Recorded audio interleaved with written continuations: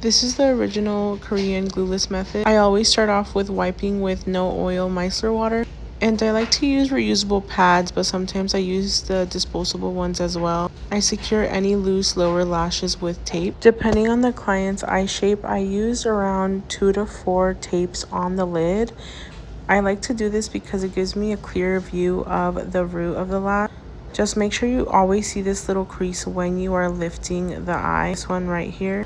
For her, I used 3 tapes, I believe, and it also kind of opens the eye. Since we're not using balm on the whole eye, it lets us be a little more careful and precise. For the softening shield, I try to get as close as I can to the lash line. And then right here, I always make sure and lift and see that I'm not missing any outer corner, and I also do this for the inner corner, but I only use balm on the inner corner and the outer corner to make sure I don't miss those lashes during the lash lift. For step 1, I start by putting it on the part that has balm first, so the inner and the outer corner, and then I put it throughout the softening shield since I am going to be directing the lashes up. Throughout this process, I switch between my left and right hand because it's just what feels comfortable for me. And I also like to switch between a rolling motion and going through an upwards motion. I try to direct the lashes on the shield as much as I can. In a moment here, you're going to see me grab my saran wrap. You can use saran wrap or perm paper to keep the lashes in place with the softening shield.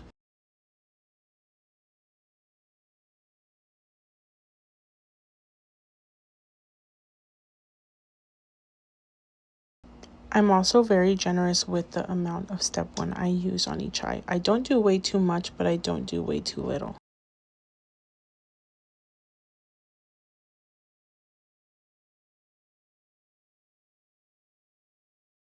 I do this for a total of probably 2 minutes. After the saran wrap is on, after about the 7-minute, 10-minute mark, I check to see if there's any lashes that are processed. The way you know is because the lashes will start to stick onto the softening shield, obviously with no glue or anything. And that always means that the lashes are processed. In this case, the lashes weren't ready yet, so I did finish the full 14 minutes. As you can see now, 14 minutes has passed and you can see all of the lashes are fully processed. There are a couple lashes I'm going to have to spot treat, as you will see in a moment here. When I'm taking off step 1, I do save the step 1 that I have in a little palette next to me, or sometimes you can do it on the shield. And then I go in with a wet Q-tip, a damp Q-tip, and make sure I clean off any excess step 1 that might be on the lashes.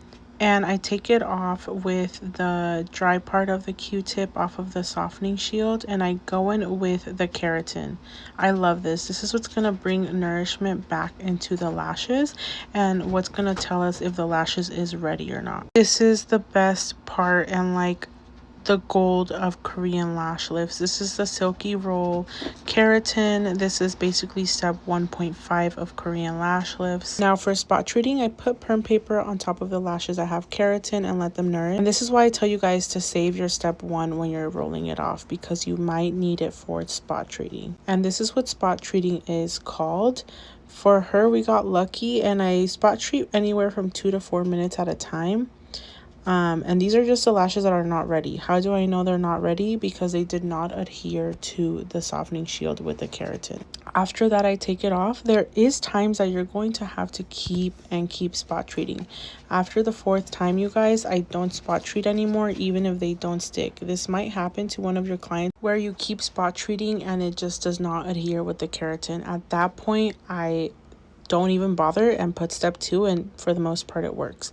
Also with baby lashes, I just let them be. So it's always important that if you use tape to bring the lids up, to take that off before you put the shaping shield on, because you do not want to have a flipped lid, as you will read in the ebook. Now with the keratin / silky roll / 1.5, whatever you like to call it, I like to bring them up onto the shaping shield. I love this because I'm like, we're even adding more nourishment onto the lashes. You should never go in with step 2 right away. Always wait. Make sure you do keratin and make sure the lashes are good and straight. I like to go in with a micro brush or a micro swab or whatever you can to make sure all the lashes are straight and beautiful and that there's none crooked in between each other or any of them are down.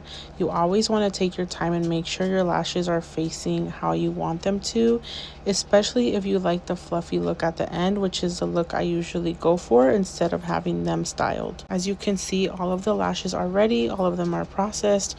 We're not using any balm or any glue to adhere the lashes on there. Not adhere, but I guess kind of like stick them on there. Now I'm ready to go in with step 2. For step 2, I do the half time I did for step 1. So step 1, I did a total of 14 minutes. So for step 2, I'm only doing 7 minutes. I cover this with perm paper. Some people do saran wrap. I like to do perm paper just because saran wrap sometimes brings more heat onto the lashes. I like to brush this just because sometimes when you add your perm paper or saran wrap, the lashes move a little bit. So between the 4-minute mark, I just make sure everything is in place and that like step 2 is really in there.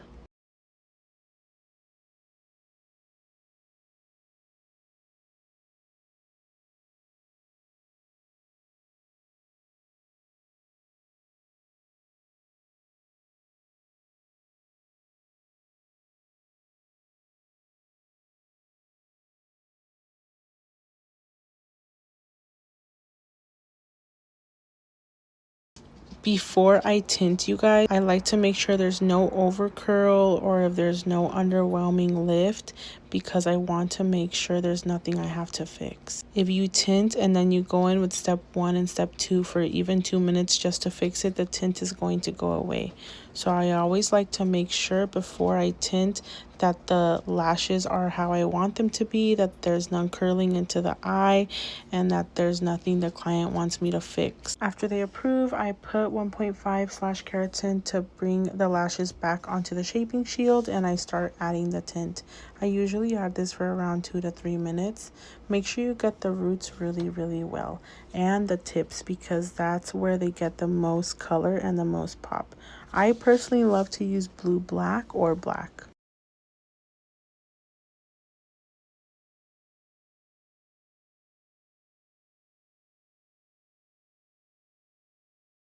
Okay guys, I absolutely love the fluffy look. I love to use the back of a tweezer and a spoolie while I brush it out and my client holds a fan. The results are gorgeous.